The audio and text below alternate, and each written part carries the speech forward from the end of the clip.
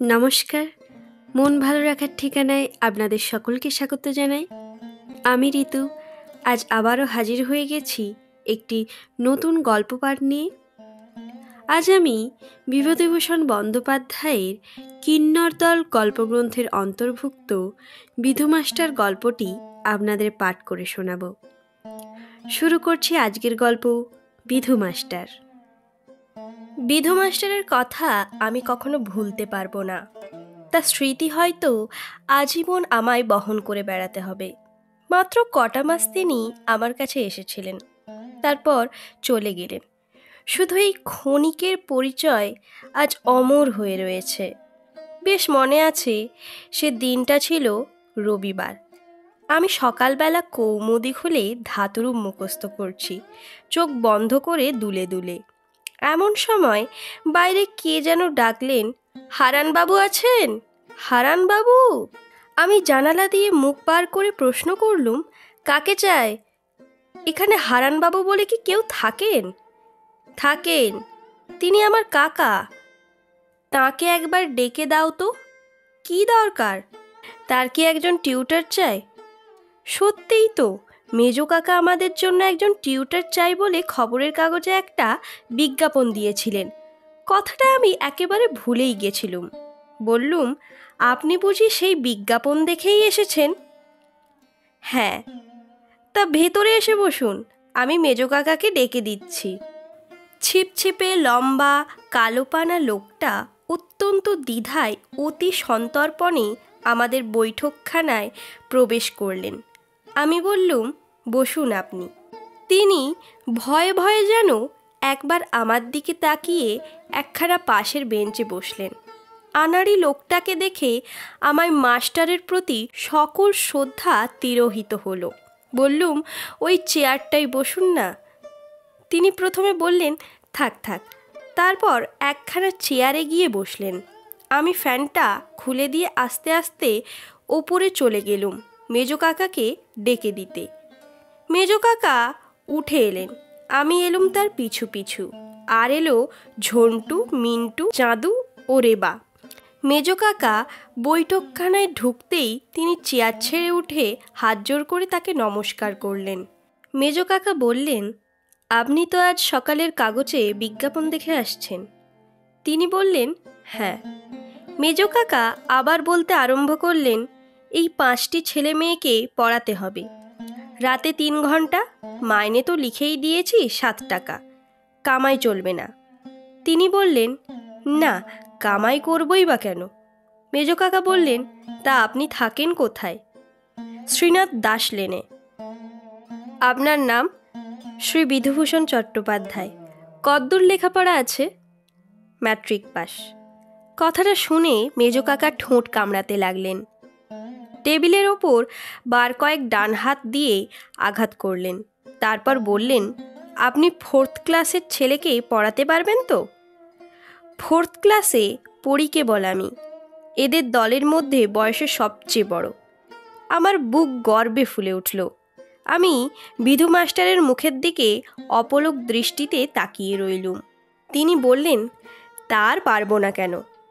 মেজো কাকা বললেন, বেশ ভালো, সোমবার থেকে কাজে লাগবেন। সন্ধ্যা 6টার সময় ঠিকমতো আসবেন। তারপর আমাদের বললেন, ইনি তোদের নতুন মাস্টার, এনার কাছে মন দিয়ে পড়বি, বুঝলি?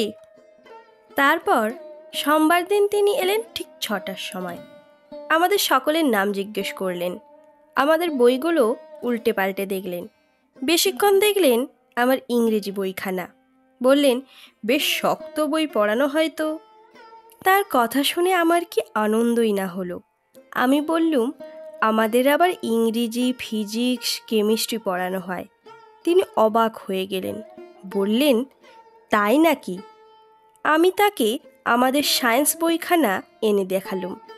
তিনি বললেন, কি পড়া হয়েছে? প্রপার্টিস অফ এয়ার আর ব্যারোমিটার। আমার কথাগুলো শুনে তিনি বেশ চমকে গেলেন, আর আমি খুব কৌতুক বোধ করলুম।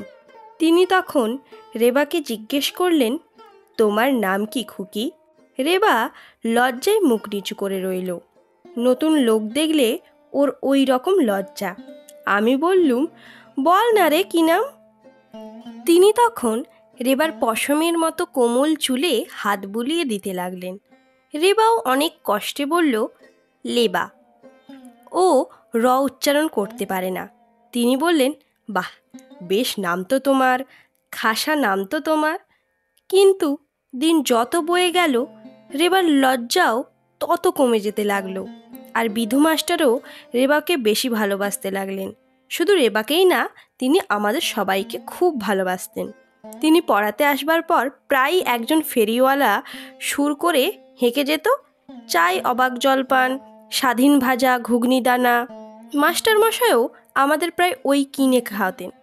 নতুন মাইনে পেয়ে তিনি আমাদের সবাইকে 12 আনার কুলপি বরফ খাইয়েছিলেন। সবাই তাই মাস্টারকে খুব ভালোবাসত। তাকে আদৌ দেখতে পারতুম না, কেবল আমি।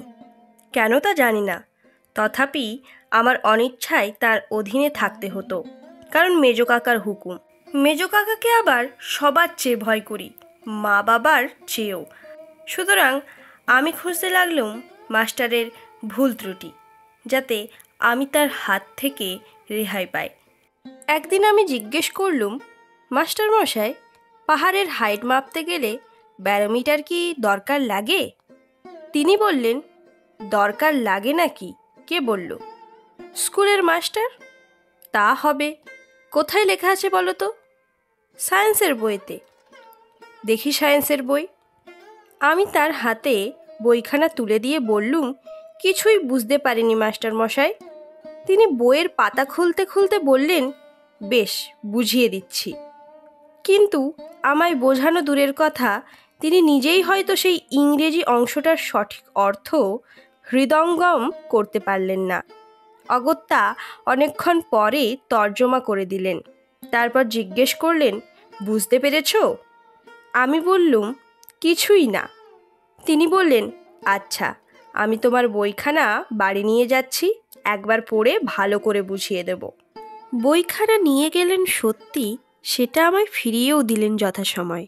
কিন্তু আমার প্রশ্নের কোনো উত্তর দিতে পারলেন না।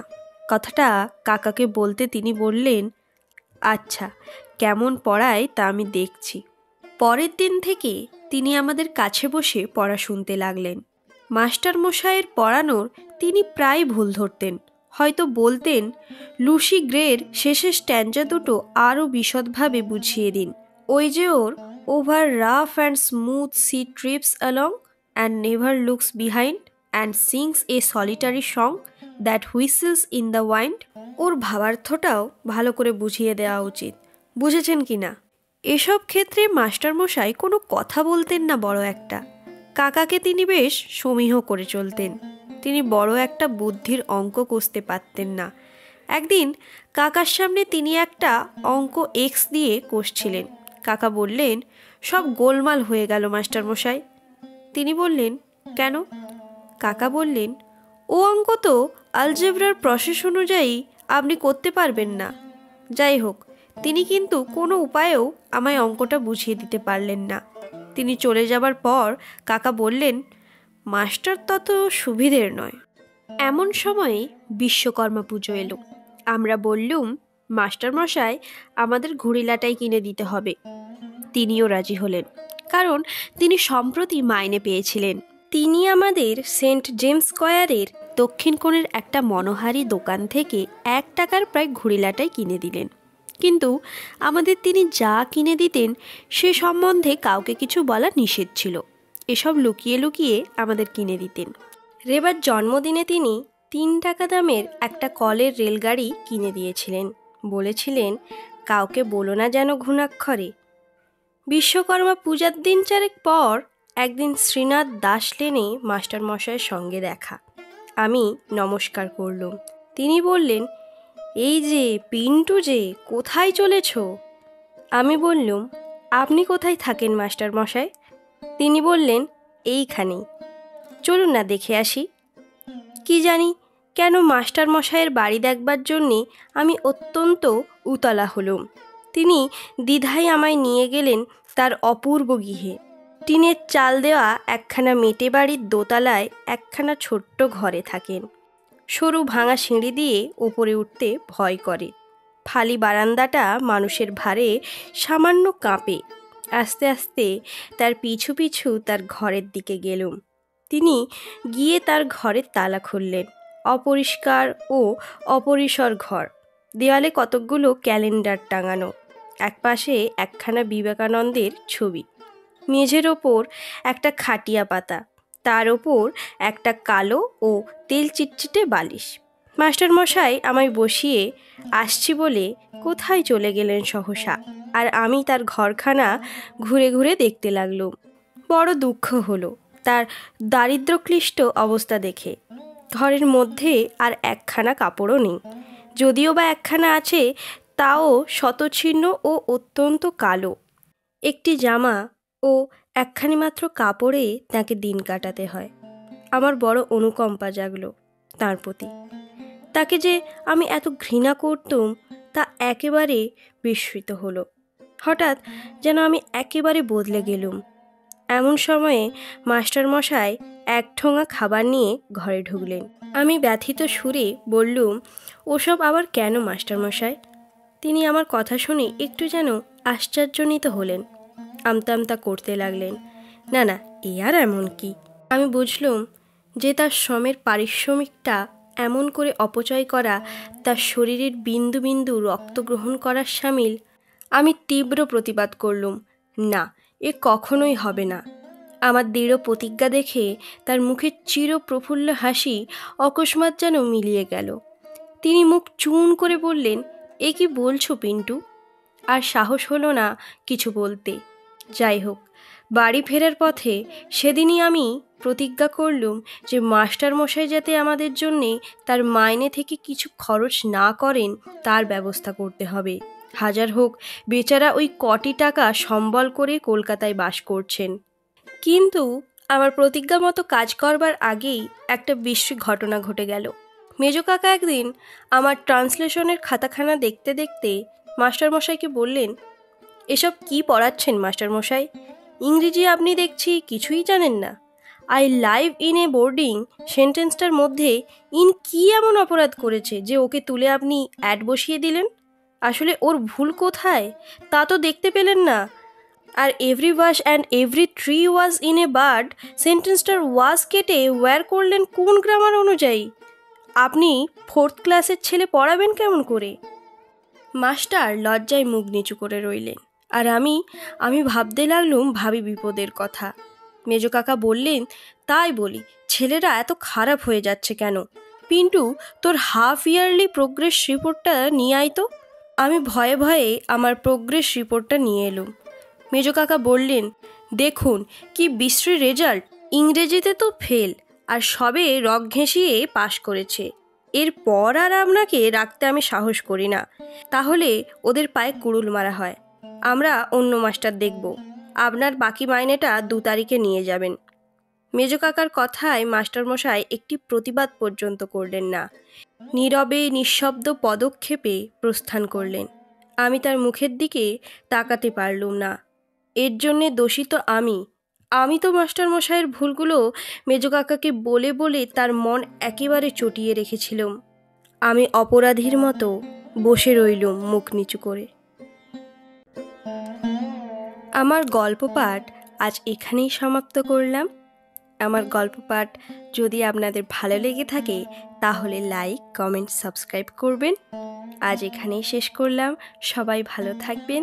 ধন্যবাদ।